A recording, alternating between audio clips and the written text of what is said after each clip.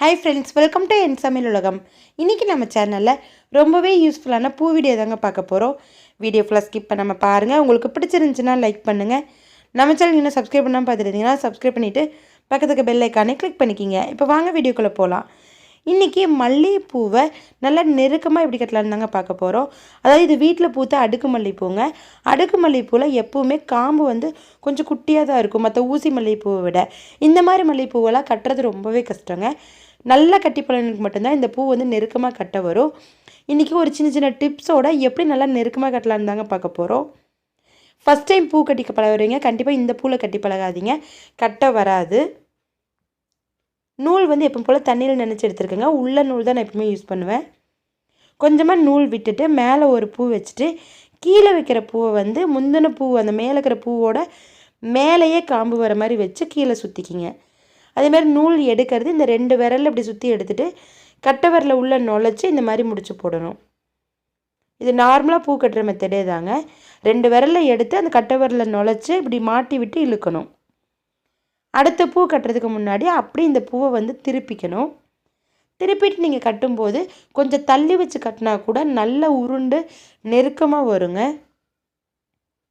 கீழே ஒரு சுற்று சுற்றிட்டு இப்படி லைட்டாக மட்டும் தள்ளி விட்டு மேலே முடிச்சு போட்டுருங்க. அதே மாதிரி கீழே பூ வைக்கும்போது காம்பு சின்னதாக இருக்கிற பூவை வந்து கீழ் பக்கமாக வச்சிங்க அப்படின்னா அந்த கீழ் சுற்று போடும்போது உங்களுக்கு வந்து நல்லா டைட்டாக வைக்கும், உருகி பூ விழுகாது. அதுக்கப்புறம் எப்பவும் போல் மேலே முடிச்சு போட்டுக்கலாங்க.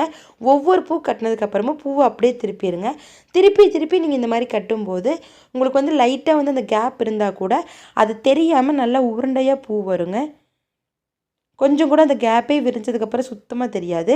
ஒவ்வொரு பூ வந்து முடிச்சு போட்டதுக்கப்புறமும் திருப்பிக்கணும்.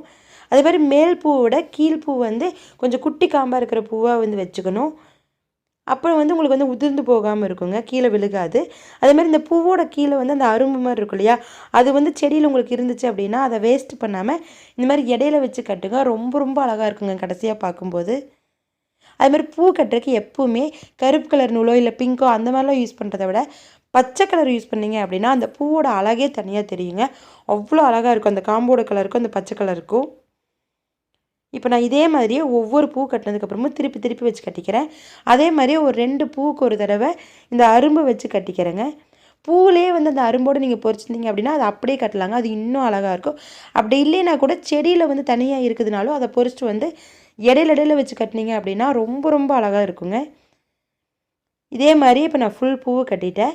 லாஸ்ட்டு பூவை அதே மாதிரி வச்சிட்றேன். காம்பு மட்டும் நல்லா நெருக்கமாக வச்சுட்டு லைட்டாக ஒரு சுற்றிட்டு முடிச்சு போட்டுக்கணும். லாஸ்ட்டு பூக்கு எப்பவும் போல் ஒரு 2 முடிச்சு போட்டு அந்த எக்ஸ்ட்ரா இருக்கிற நூல் எல்லாத்தையும் கட் பண்ணி விட்டுறேங்க. நீங்கள் வந்து நல்லா நெருக்கமாக வேணும் அப்படின்னா இந்த மாதிரி மெத்தடில் வந்து ட்ரை பண்ணலாங்க. அதே மாதிரி அந்த குட்டி குட்டி அந்த அரும்பெல்லாம் வச்சு கட்டினீங்க அப்படின்னா பூ வந்து ரொம்ப ரொம்ப அழகாக இருக்கும். இப்போ உங்களுக்கு அந்த பச்சை கலர் நூலோட அந்த பூ பார்க்குறதுக்கு உங்களுக்கு அவ்வளோ அழகாக இருக்குங்க.